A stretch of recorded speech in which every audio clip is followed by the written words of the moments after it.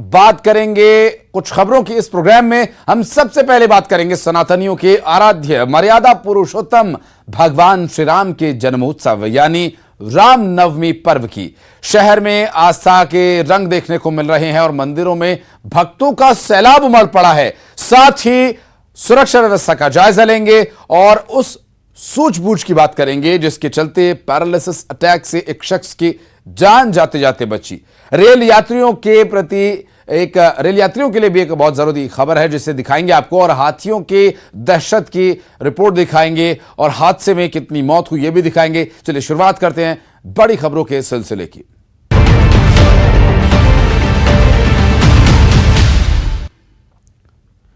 और हर तरफ रामनवमी की धूम है। शहर शहर में राममय हो चुके इस माहौल में बात खरगोन की करें तो पिछले साल हिंसा की आग में झुलसे शहर की तस्वीरें जहन में घूमने लगती है। इस बार भी पूरे शहर में राम भक्त रामनवमी बना रहे हैं और पिछले साल से सबक लेकर इस बार क्या कुछ तैयारियां की गई हैं। रामनवमी पर निकलने वाली जुलूस यात्रा को लेकर कैसी है सुरक्षा व्यवस्था, हमारे सहयोगी आशुतोष पुरोहित क्या बता रहे हैं, आइए दिखाते हैं आपको। खरगोन शहर में रामनवमी का जो जुलूस आज निकलने वाला है, दोपहर में 2 बजे के आसपास जुलूस निकलेगा। इसको लेकर व्यापक स्तर पर तैयारी की गई है। पूरा शहर भगवा हो गया। पुलिस और प्रशासन जो है पूरी तरीके से जो रामनवमी का जुलूस निकलना वाला है उसको लेकर अलर्ट है। करीब 1000 जो है पुलिस जवान पूरे शहर में चप्पे चप्पे में तैनात किए गए। जो संवेदनशील क्षेत्र है पूरी तरीके से पुलिस छावनी बन गए हैं। खास बात यह है कि जुलूस की निगरानी जुलूस में को लेकर करीब 200 से अधिक सीसीटीवी कैमरे शहर में जुलूस मार्ग पर लगाए गए। साथ ही 8 जो ड्रोन कैमरे उनसे जो जुलूस की पूरी निगरानी की जाएगी। जिस प्रकार से पिछले वर्ष रामनवमी के जुलूस के दौरान पथराव, आगजनी और हिंसा की जो घटना हुई थी उसके बाद प्रशासन विशेष रूप से पुलिस पूरी तरीके से अलर्ट है। और खास बात इस बार ये भी देखी जा रही है कि जो मुस्लिम समुदाय के लोग हैं वो भी आगे आए हैं और जुलूस का जुलूस जो है जुलूस निकलेगा उसमें जो लोग शामिल होंगे वहां पर पुष्प वर्षा करके मुस्लिम समुदाय के लोग भी स्वागत करेंगे। आशुतोष पुरोहित, न्यूज 18 खरगोन। और देश सहित छत्तीसगढ़ में रामनवमी की धूम देखी जा रही है। राजधानी रायपुर में रामनवमी पर जबरदस्त उत्साह देखा जा रहा है। राजधानी के राम मंदिरों में भव्य सजावट की गई है। रायपुर के वीआईपी रोड पर बने राम मंदिर में भक्तों का सैलाब उमड़ रहा है। श्री राम जन्मोत्सव पर राममय हुई राजधानी की जानकारी हमारे सहयोगी ममता लांजेवार दे रही हैं, आइए दिखाते हैं आपको।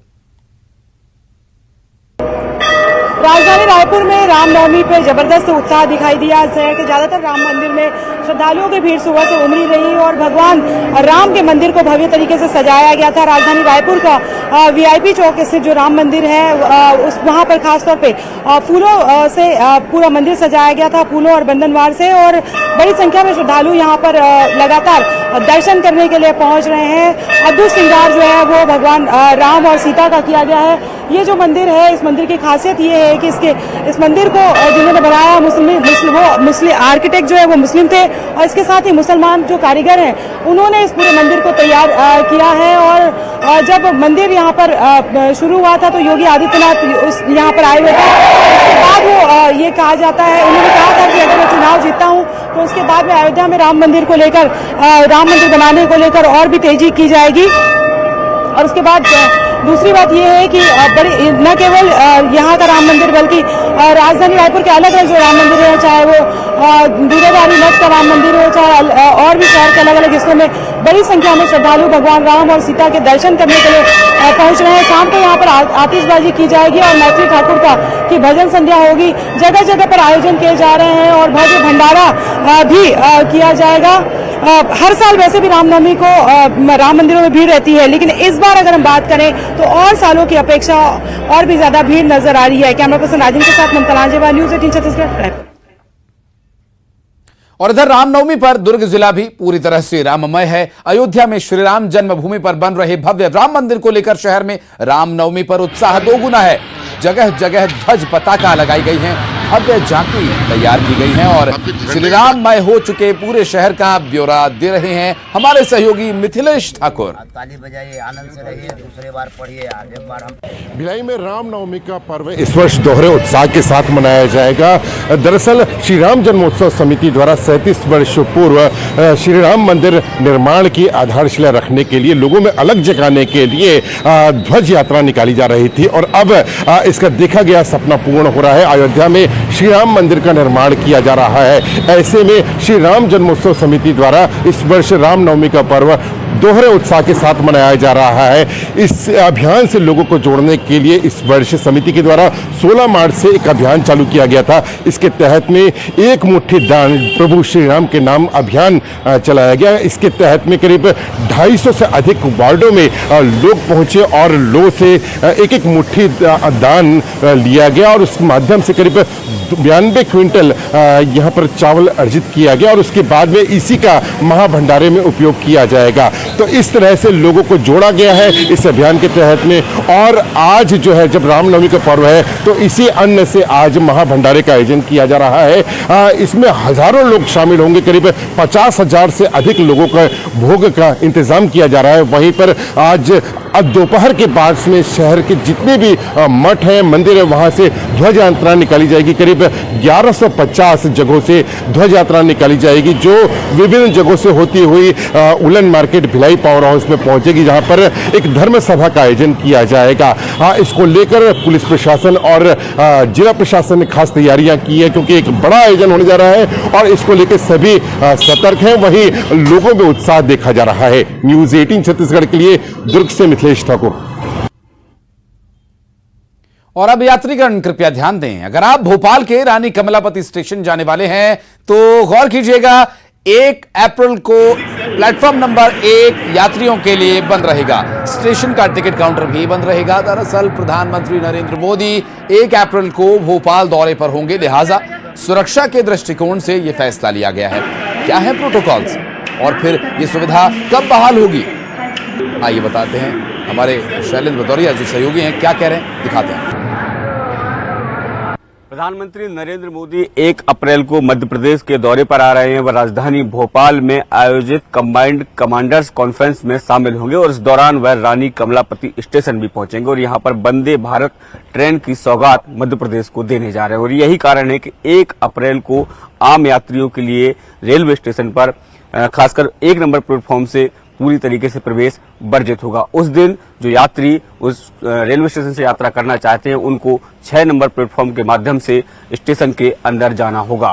तय समय के अनुसार लगभग 3:15 पर प्रधानमंत्री नरेंद्र मोदी रानी कमलापति स्टेशन पहुंचेंगे और लगभग 3:30 पर वह वंदे भारत ट्रेन को हरी झंडी देकर रवाना करेंगे। यात्रियों को किसी तरह की कोई परेशानी न हो, इसके लिए 6 नंबर प्लेटफॉर्म पूरी तरीके से खुला रखा गया है और वहां पर ही आप अपने टिकट भी बुक करा सकते हैं। और एक बुजुर्ग को बैठे बैठे अचानक पैरालिसिस अटैक आता है और बुजुर्ग को बचाने के लिए उसी दौरान वहां पर पास खड़ा एक शख्स अपने सूझबूझ का परिचय देता है और देवदूत बनकर वो शुरू करता है बुजुर्ग को बचाने का सिलसिला। दरअसल जो तस्वीरें आप देख रहे हैं, इस तस्वीर में आप देख सकते हैं कि एकदम से शरीर में हलचल पैदा होती है और बुजुर्ग की जान पर बनाती है। उज्जैन से सामने आई ये तस्वीर, जहां पर सेहत और इंसानियत की दृष्टि से ये संवेदनशील तस्वीर है। वीडियो के बारे में पूरी जानकारी दे रहे हैं हमारे सहयोगी अजय।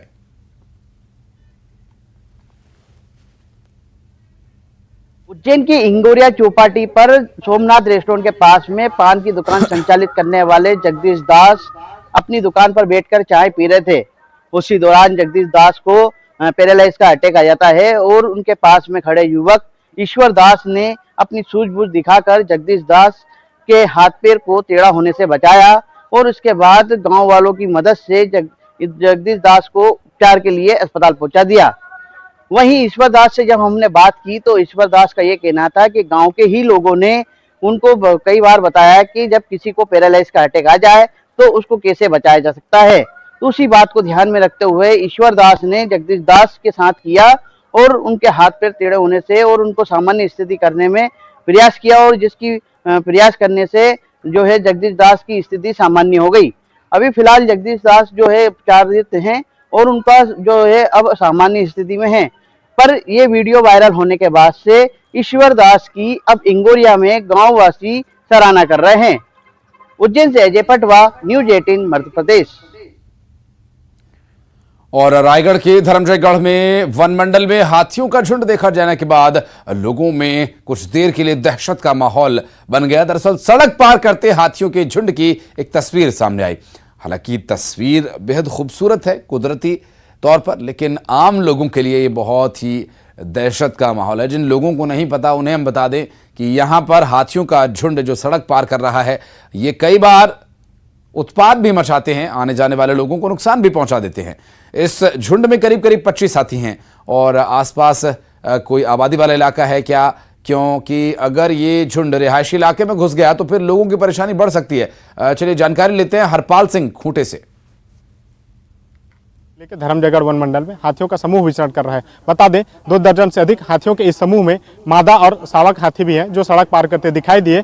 गनीमत की बात रही कि वन विभाग के बीट गार्ड जो है पहले से ही सड़क पर मौजूद थे और उन्होंने जो सड़क पर चलने वाले लोग हैं उनको रोक दिया, जिसके बाद जो है हाथी सुगमता से सड़क पार किए। इसमें किसी भी तरह की जनहानि या मानव हाथी द्वंद्व नहीं हुए। बता दें रायगढ़ जिले में धर्मजयगढ़ और रायगढ़ वन मंडल में ऐसे हाथियों के समूह हैं जो कि लगातार विचरण करते रहते हैं। जैसे जैसे गर्मी का मौसम बढ़ते जाता है, जल स्रोत सूखने लगते हैं, जल स्रोत सूखने के साथ से दूसरे जगह पलायन करते हैं और इस दौरान हाथियों का जो व्यवहार होता है वो आक्रामक होता है। इन दिनों जो है वन विभाग मुनादी करा रही है, ग्रामीण क्षेत्रों में मुनादी करा करके वहां पर हाथियों से मानव द्वंद्व रोकने के लिए जो है मुनादी करा रही है। लोगों को जंगल से दूर रहने की सलाह दे रहे हैं और साथ ही जो लोग वनों पर आश्रित रहते हैं, महुआ, तेंदुआ, बिनने के लिए जो जाते हैं उनको भी जो है शाम से पहले घर लौटने की हिदायत दे रहे हैं। बता दें रायगढ़ और धर्मजयगढ़ वन मंडल इन दिनों हाथियों के लिए संरक्षित क्षेत्र है और जहां पर हाथियों के इस तरह के कई समूह जो है विचरण करते दिखाई दे रहे हैं। रायगढ़ से न्यूज 18 के लिए हरपाल सिंह खूंटे। और बलौदाबाजार में एक ट्रैक्टर पलट गया। लोगों को ले जा रहे इस ट्रैक्टर के बेकाबू हो जाने की वजह से यह हादसा हुआ और सड़क हादसे में 3 लोगों की जान चली गई। 20 से ज्यादा यात्री इसमें घायल बताए जा रहे हैं। कसडोल अस्पताल में इन्हें भर्ती कराया गया। और हादसा कैसे हुआ, क्या कुछ अभी स्थिति है घायलों की, योगेश यादव हमारे सहयोगी दे रहे हैं ज्यादा जानकारी। जिले में सड़क हादसा होना अब आम बात हो गई है। कारण यह है कि बीते 24 घंटे में 2 बड़ी सड़क दुर्घटना होती है। सुबह 5 बजे एक बड़ी सड़क दुर्घटना कल होती है जिसमें जो बाराती बस होती है उसको ट्रक ने ठोकर मार दी, जिसमें एक की मौके पर ही मौत हो गई और 45 तो गंभीर रूप से घायल हो गए हैं। वही घटना को 24 घंटे नहीं हुए थे, उसके बाद तुरतुरिया मातागढ़ जाने वाली जो ट्रैक्टर है जिसमें लगभग 20 से 25 लोग सवार थे, वो ट्रैक्टर पलट गई, जिसमें रात में ही 2 महिलाओं की मौत हो गई थी और आज सुबह पता चला कि एक और महिला की मौके पर ही मौत हो गई है। आलम यह है कि बलौदाबाजार जिले में सड़क जो दुर्घटना हो रही है वो क्या है। एक तरफ यातायात पुलिस मालवाहक गाड़ियों पर कार्रवाई कर रही है, उनके ऊपर ठोस कार्रवाई कर रही है, उनको चालान ठोक रही है, तो क्या मालवाहक गाड़ियां अभी भी नहीं सुधर पा रहे हैं, जिसकी वजह से इतनी बड़ी सड़क दुर्घटना बलौदाबाजार जिले में हो रही है। इतना ही नहीं, 1 महीने पहले बलौदाबाजार जिले में भाटापारा की ओर एक ऐसी सड़क दुर्घटना हुई थी जिसमें एक तरफ यातायात कार्रवाई करने पर जुटी हुई है तो दूसरी तरफ जो दुर्घटनाएं हैं वो थमने का नाम नहीं ले रही है। योगेश यादव, न्यूज 18 बलौदाबाजार। चलिए अब बढ़ते हैं आगे, नजर डालेंगे सिटी टॉप 20 पर। पीएम मोदी ने सांसद अरुण साव के एक ट्वीट को रिट्वीट किया। प्रधानमंत्री ने ग्राम सड़क योजना को लेकर जताई खुशी पर कहा कि ऐसी उपलब्धियां काफी उत्साहित करने वाली हैं।